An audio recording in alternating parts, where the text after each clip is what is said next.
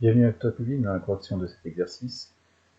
Donc dans cet exercice, on a affaire à un circuit en courant continu. On a de la borne plus du générateur qui est ici et deux branches dérivées, ici et ici. La première branche de la dérivée dans laquelle est une résistance et une diode, et dans la deuxième branche, ici, un moteur. Donc on m'a dit que le circuit est alimenté par une pile de 4,5 volts. Ça, c'est la tension aux bornes du générateur. La tension UDC aux bornes de la DEL est de 2 volts, donc on nous donne la tension aux bornes de cette diode ici. L'intensité du courant qui circule de E vers C, donc de E vers C dans cette branche-là, dans la branche comportant la DEL est de 25 mA. Celle du courant qui circule dans le moteur électrique est de 50 mA.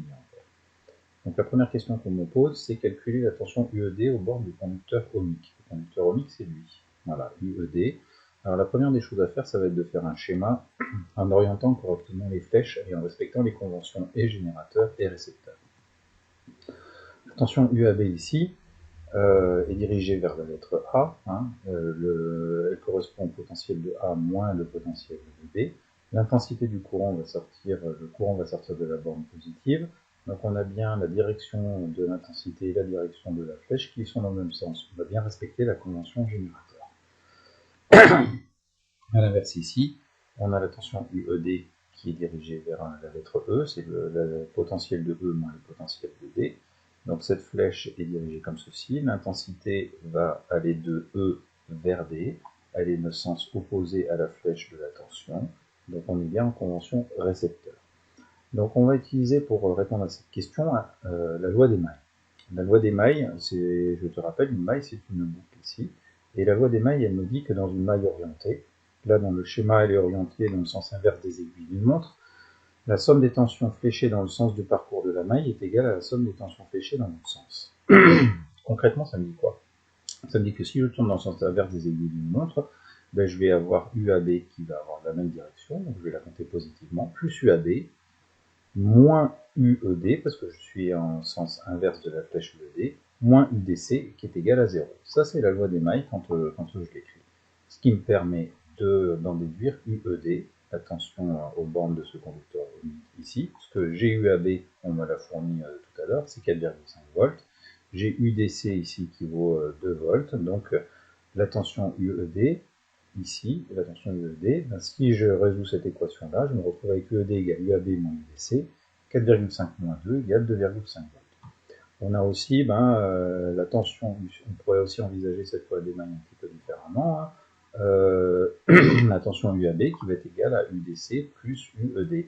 C'est le même raisonnement que celle de la piste de ski que j'ai pu détailler dans d'autres vidéos de la même playlist. Calculer la résistance du conducteur ohmique. Donc la résistance du conducteur ohmique, c'est lui. Pour déterminer cette résistance, je vais utiliser la loi d'Ohm. La loi d'Ohm, elle me donne la relation de proportionnalité qui est entre la tension aux bornes d'une résistance, l'intensité et la tension à ces bornes. Donc on a la tension aux bornes de la résistance UED qui est égale au produit de la valeur de cette résistance exprimée en ohms par l'intensité qu'il traverse. Donc si je veux déterminer la résistance, je vais faire UED divisé par I. UED divisé par I, je remplace par les valeurs. La tension aux bornes du conducteur ohmique qu'on vient de la déterminer, elle est de 2,5 volts. L'intensité qui circule dans la branche de E vers C qui contient la DEL, on me l'a donné, on me dit que c'est 25 mA. Je n'oublie pas de le convertir en ampères. 25 mA, ça me donne 25 10 moins 3 ampères, ce qui me donne une valeur de résistance de 100 ohms. Calculer l'intensité du courant qui traverse la pile. Alors ce courant, là il va falloir utiliser la loi des nœuds.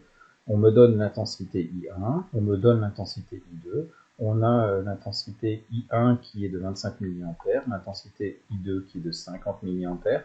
Si je me place au point E, la loi des nœuds elle me dit